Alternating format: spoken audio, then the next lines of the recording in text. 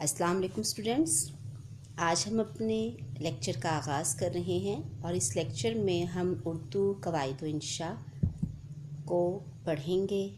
اور اردو قواعد و انشاء میں ہم جس چیز کو پڑھیں گے وہ ہے مضمون نویسی پہ آج آپ کو لیکچر دیا جا رہا ہے اور آپ کو بتایا جائے گا کہ آپ نے کس طرح مضمون نویسی کرنی ہے، اس کا طریقہ بتایا جائے گا آپ کو، اور آپ کو آپ کے بورڈ کے پیٹرن کے تحت جو مضامین دیے گئے ہیں اسمارٹ سلیبس میں، ان مضامین پر آپ کو آپ کو معلومات دی جائیں گی اور ان کے بارے میں آپ کو بتایا جائے گا کہ کس طرح آپ نے انہیں تیار کرنا ہے۔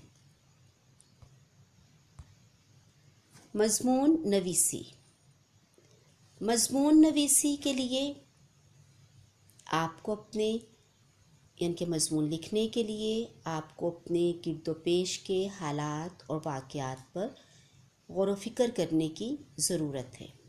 آپ جو کچھ مشاہدات کرتے ہیں، جو آپ کے تاثرات ہوتے ہیں، انہیں آپ نے مناسب الفاظ اور موضوع پیرائے میں بیان کرنا ہوتا ہے۔ آپ کے دماغ میں جو خیالات ہوتے ہیں، جو معلومات کا ذخیرہ موجود ہوتا ہے، آپ اس کو جن سطروں میں لکھیں گے وہ مضمون نگاری کہلائے گا۔ اور اگر آپ کو جو موضوع دیا جائے گا، جس موضوع پہ مضمون لکھنے کے لیے کہا جائے گا، جو عنوان دیا جائے گا، اگر اس کے متعلق خیالات اور معلومات کا ذخیرہ آپ کے دماغ میں نہیں ہے تو پھر آپ اس موضوع، اس عنوان کے متعلق چند سطریں بھی نہیں لکھ سکتے۔ سب سے پہلے آپ کو اپنے خیالات کو تحریر کرنے کے لیے بہترین الفاظ کا سہارا لینا ہوگا۔ آپ کی معلومات وسیع ہونی چاہیے، آپ کے لیے بہترین موضوع الفاظ ہونے چاہیے تاکہ آپ اپنی تحریر کو مؤثر بنا سکیں، اپنی تحریر سے دوسروں کو آپ متاثر کر سکیں۔ آپ کو مضمون نگاری میں اپنے خیالات اور الفاظ کو بیان کرنے کے ساتھ ساتھ آپ نے ان کی صحت کا بھی خیال رکھنا ہے۔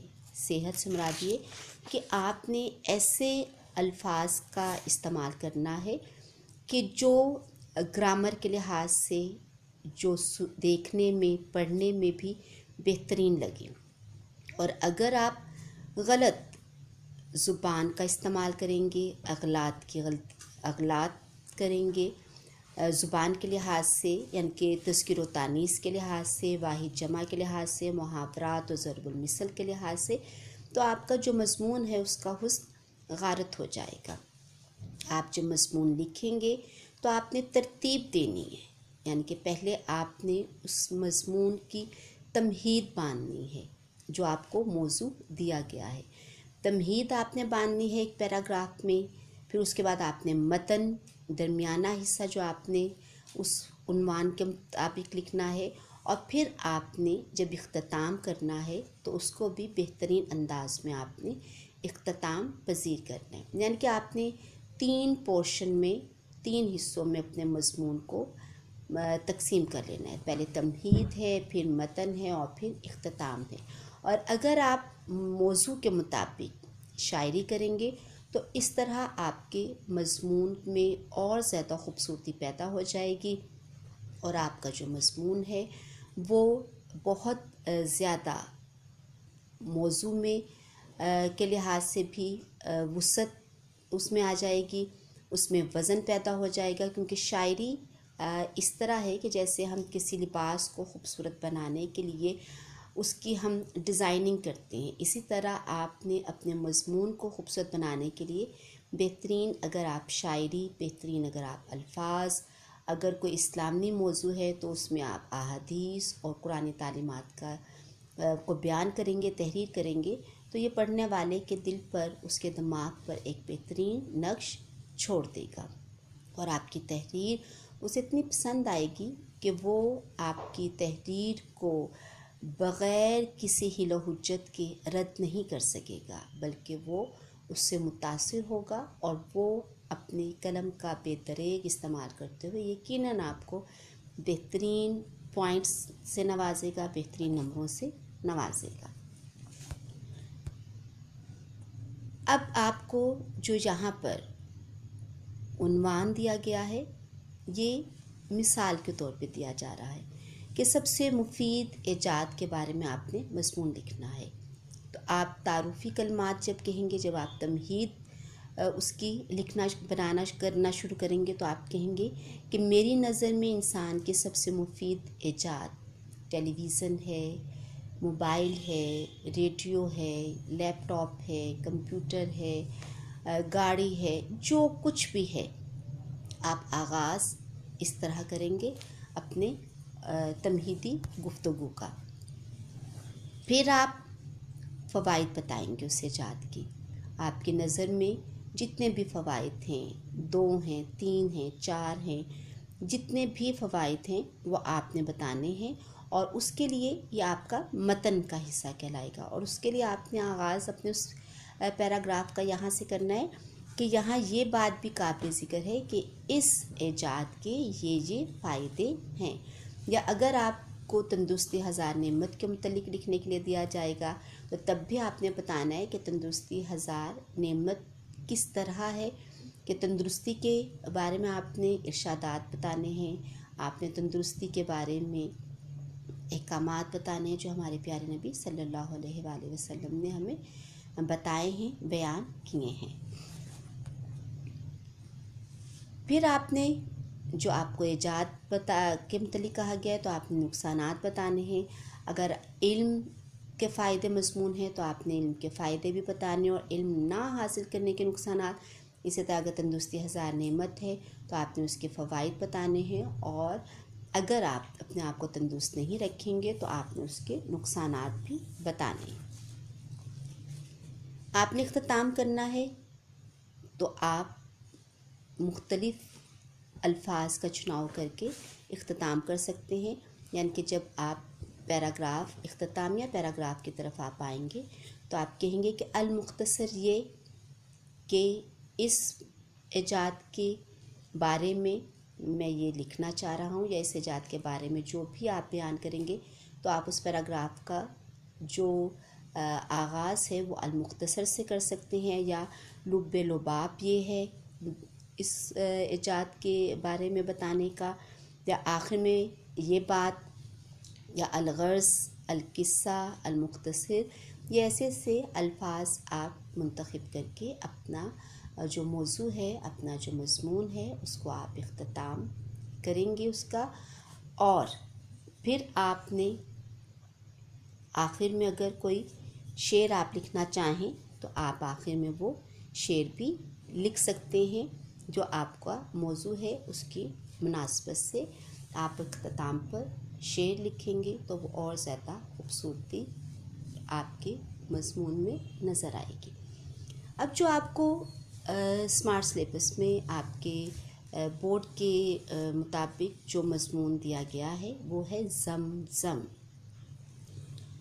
زمزم پانی کو کہا جاتا ہے، اور آپ نے اب اس کی تمہید بتانی ہے کہ تمہید میں آپ لکھیں گے، جو پہلا پیراگراف آپ لکھیں گے، مضمون جب بھی آپ لکھیں گے تو آپ کم از کم 5-6 جتنے بھی پیراگراف ہوں آپ ان میں لکھیں گے، لیکن ہر پیراگراف آپ کا المختصر، ہر پیراگراف آپ کا کم از کم 4، 5، 4.5، 5.5، 6.5، یعنی کہ پیراگراف کا مطلب یہ ہے کہ اس پیراگراف کی جو آخری لائن ہے وہ آپ کی آدھی ہو، اور پھر اگلی لائن سے آپ نے اگلا پیراگراف لکھنا شروع کرنا ہے۔ اگر آپ ایک پورے پیراگراف میں لکھ دیں گے تو آپ کی بات میں وزن نہیں رہے گا، اور وہ ایک پورا پیج آپ کا بھرا ہوا بھی اچھا نہیں لگے گا۔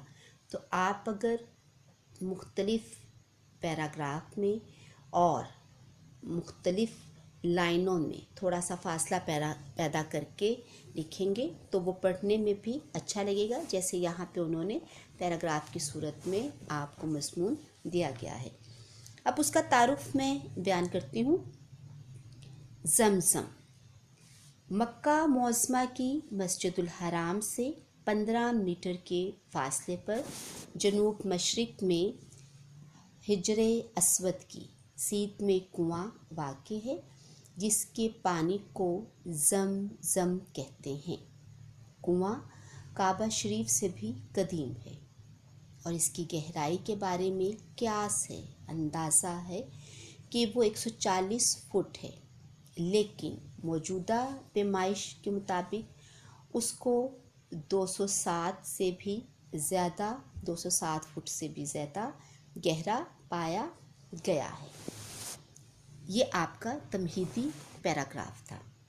اس کے بعد جب آپ دوسرا پیراگراف لکھیں گے تو آپ لکھیں گے کہ آج سے ہزاروں سال پہلے کی بات ہے کہ جہاں آج مکہ مکرمہ کا متبرک برکت والا شہر آباد ہے، وہاں ریت اور سڑی ہوئی پہاڑیوں کے سوا کچھ نہ تھا۔ دور دور تک کسی جاندار کا گمان نہ تھا، خیال نہ تھا، شک نہ تھا۔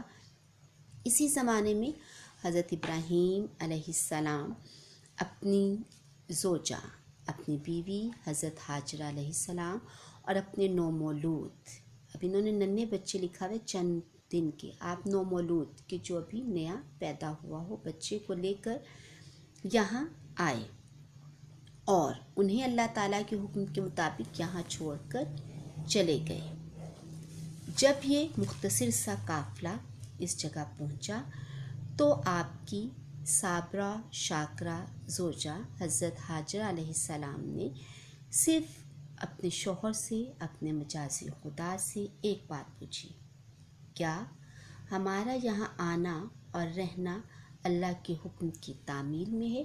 اب جو آپ اہم بات واضح کریں گے، بیان کریں گے، تو آپ نے اس کو انورٹڈ کاما میں لکھنا ہے۔ اگر کوئی قول ہے، اگر کوئی فرمان ہے، اگر کوئی ارشاد ہے، تاکہ پتہ لگے کہ یہ اہم بات تھی، اس لیے اس کو انورٹڈ کاما میں لکھا گیا ہے۔ اب یہاں پہ جو آپ نے پوچھا کیا ہمارا یہاں آنا اور رہنا اللہ کے حکم کی تعمیل میں ہے، تو یہ انورٹڈ کاما اور سوالیہ انداز تھا تو کوسچن مارک کا بھی نشان ہوگا۔ حضرت ابراہیم نے اس بات میں ہاں میں سر ہلائے جواب دیا تو وہ مطمئن ہو گئیں کہ اب ان کے لیے پریشانی کی کوئی بات نہیں، کیونکہ جو ان کو وہاں لایا ہے وہی ان کی خبر گیری بھی کرے گا۔ یہ پیراگراف آپ کا دوسرا ختم ہو گیا۔ اب ہم تیسرے پیراگراف کی طرف آتے ہیں۔ ماں اپنے ننھے شیرخوار دودھ پیتا بچہ، معصوم بچہ کو لیے ایک پہاڑی کی اوٹ میں بیٹھ گئیں۔ سورج بلند ہوتا گیا، دھوپ کی تیزی بڑھتی گئی، زمین تپی ہوا چلی، گرم لو کے بھبوکے آنے لگے، بھبوکے جھونکے، پانی کی چھاگل خشک ہونے لگی۔ چھاگل مشکیزے کو چھوٹا جس میں پانی ہوتا ہے، چھاگل خشک ہونے لگی اور ذرا سی دیر میں سوکھ گئی۔ ماں بچے کے ہونٹ سوکھے، پھر زبان خشک ہوئی۔ ماں گھبرائی،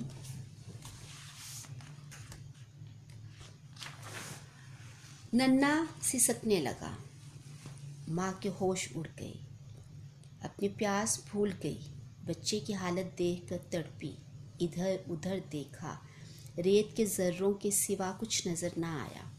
اوپر دیکھا آسمان کو دور پایا، نیچے دیکھا زمین کو تنور پایا، تنور آگ کی طرح تپتا ہوا۔ پانی پانی، ایک گھونٹ، ایک قطرہ، میرے لیے نہیں، میرے بچے کے لیے، شیرخوار اسماعیل کے لیے۔ ابراہیم کے خدا اس جنگل میں، اس بیابان میں، اس ریگستان میں آگ کو گلستان بنانے والے۔ اب ان تمام کے درمیان میں آپ نے کوما ڈالنا ہے، کیونکہ یہ مسلسل ایک ہی بات کو بیان کریے، ایک ہی سے مخاطب ہیں۔ اس آگ کے دریا میں پانی کا چشمہ بہا، میرے ننھے کو ایک پانی کا قطرہ عطا فرما۔ بات ختم ہو گئی، فجائیہ علامت۔ اللہ میاں مخاطب ہیں اللہ تعالیٰ سے، بات ختم ہوئی، ختمہ، اللہ میاں مخاطب ہیں اللہ تعالیٰ سے، تو فجائیہ علامت۔ مجھے اپنی جان کی پرواہ نہیں، اس ننھی جان پر کرم فرما۔ یہاں پہ آپ کا پیراگراف ختم ہو گیا۔ اب آپ نے جو اللہ میاں کو انہوں نے مخاطب کیا ہے اور جو بات کی ہے اس کو آپ نے انورٹڈ کاما میں لکھنا ہے۔ اگلا پیراگراف پھر آپ شروع کریں گے۔ بچہ پیاس سے بے ہوش ہو چکا تھا، کبھی کبھی ٹانگیں ہلا دیتا۔ ماں نے اپنے منہ سے لعاب نکال کر، لعاب پاک تھوک کو کہا جاتا ہے، اس کے منہ میں ڈالا، مگر دن کی تمازت تمازت شدت، حدت، تپش، حرارت ختم ہو تو زندگی کی امید پیدا ہو۔ ذرا دیر کو بچے کے سانس کی حالت ٹھیک ہوتی، پھر وہی خشکی رگیں تک خشک کر دیتی۔ پیراگراف ختم ہو گیا۔ اگلا پیراگراف، آخر بچے کی حالت نہایت نازک ہو گئی۔ ماں دیکھ نہ سکی، مضطربانہ، بے چین، بے قرار، پریشان ہو اٹھی۔ بچے کو زمین پر لٹایا، مروہ پہاڑی پر چڑھی، بے تابی سے ادھر ادھر دیکھا، پانی کا نشان تک نہ پایا، پھر صفا کی پہاڑی کی طرف بھاگی، ساتھ ساتھ بھاگتی جاتی تھی اور ساتھ ساتھ بچے کی طرف دیکھتی جاتی تھی۔ یعنی کہ جب حضرت ہاجرہ جب ایک پہاڑی سے دوسری پہاڑی پر جاتی تھیں تو وہ مڑ مڑ کے بچے کو بھی دیکھتی تھی۔ ممتا دیکھی کہ وہ بچے کو بھی دیکھ رہی ہیں، دوڑ بھی رہی ہیں، اور ادھر سے ادھر ایک پہاڑی سے دوسری پہاڑی کے درمیان میں چڑھنا اترنا، اور پھر پانی کی تلاش میں دو نگاہ دوڑانا، اور پھر بچے کو بھی پلٹ پلٹ کر دیکھنا، یہ صرف ایک ماں کے ساتھ کر سکتی ہے کہ کوئی درندہ نقصان نہ پہنچائے۔ اسی طرح پہاڑوں پر دوڑ رہی تھیں کہ 6 پھیرے مکمل ہو گئے۔ 7ویں مرتبہ خدا سے دعا کرتی ہوئی دوڑیں تو اللہ تعالیٰ سے جب دعا کرتی ہوئی دوڑیں اور واپس آئیں تو اب کیا دیکھا کہ ماں کی بے تابی کی حد نہ تھی۔ اب جب واپس مڑی ہیں تو دیکھتی ہیں کبھی بچے کو، کبھی آسمان کی طرف، اور واپس جب قدم اٹھ رہے ہیں تو وہ شکستہ قدم ہیں، ناکام قدم ہیں، اور اسی طرح دوڑتے دوڑتے 7ویں مرتبہ دعا کرتے کرتے جب واپس آئی ہیں تو دیکھا کہ بچے نے بے تابی سے، بے قراری سے، شدت پیاس سے جب اپنی ایڑیاں زمین پر ماری اور رگڑیں، نبی خدا ہیں تو رحمت خداوندی جوش میں آئی اور وہاں سے پانی کا چشمہ پھوٹ پڑا۔ حضرت ہاجرہ نے گھبراہٹ میں پتھر جمع کر کے اس کے ارد گرد ایک ہالہ سا بنا لیا، ہالہ دائرہ، تاکہ پانی ضائع نہ ہو اور کچھ دنوں کے لیے ذخیرہ ہو جائے، اور فرمایا زمزم، یعنی اے پانی ٹھہر جا، رک جا۔ اسی وجہ سے اس چشمے کا نام زمزم ہوا اور پانی آب زمزم کہلایا، یعنی کہ مقدس پانی۔ پھر حضرت ہاجرہ، یہ پیراگراف آپ کا ختم۔ نیکسٹ پیراگراف کہ حضرت ہاجرہ نے اللہ تعالیٰ کا شکر ادا کیا، بچے کو پانی پلایا، خود پانی پیا، اور پھر اسی چشمے کے پاس اپنی رہائش اختیار کر لی۔ چند ہی دن گزرے تھے کہ صحرا نشین بدوؤں کا ایک قافلہ قریب سے گزرا۔ انہوں نے اڑتے اور چہچہاتے ہوئے پرندے دیکھے، کیونکہ عرب میں تو پرندوں کا اڑنا، اگر وہاں پہ کوئی ہریالی ہے، اگر وہاں پہ پانی ہے تو ارد گرد پرندے اڑنا اس چیز کی علامت ہے کہ وہاں پہ زندگی ہے۔ جب صحرا نشین بدوؤں کا قافلہ وہاں سے گزر رہا تھا تو انہوں نے دیکھا اڑتے ہوئے، چہچہاتے ہوئے، خوشی سے بولتے ہوئے پرندے دیکھے، تو خیال کیا، اندازہ کیا کہ یہاں اس مقام پہ کہیں پانی ہے۔ پانی کی تلاش و جستجو نے حضرت ہاجرہ علیہ السلام کے پاس لے آئی۔ حضرت ہاجرہ علیہ السلام کے پاس پہنچ کے انہوں نے پانی پینے کی اجازت طلب کی۔ آپ کی اجازت سے ان لوگوں نے خود بھی پانی پیا اور اپنے اونٹوں کو بھی پانی پلایا۔ پانی کی فراوانی دیکھ کر وہ بدو حضرت ہاجرہ علیہ السلام کی اجازت سے اپنے خیمے نصب کر کے وہیں مقیم ہو گئے۔ اس کے بعد یہ ماجرا ہوا اب آپ نے اگلا پیراگراف جو شروع کرنا ہے وہ اس سے شروع کرنا ہے. اس کے بعد یہ ماجرا ہوا کہ لوگ آتے گئے اور وہاں آباد ہوتے گئے اور یوں شہر آباد ہو گیا. پہلے پہل خیموں کا شہر تھا، پھر لوگوں نے پتھروں اور مٹی سے مکانات کی تعمیر شروع کر دی اور دیکھتے ہی دیکھتے ایک عظیم شہر وجود میں آ گیا. اگلا پیراگراف. پانی بڑے زوروں میں نکلتا رہا، بڑھتا رہا، پھیلتا رہا. صحرائی بدو آتے گئے اور اجازت پا کر چشمے کے گرد آباد ہوتے گئے اور اس طرح وہاں پہ تجارت کا سلسلہ بھی شروع ہو گیا.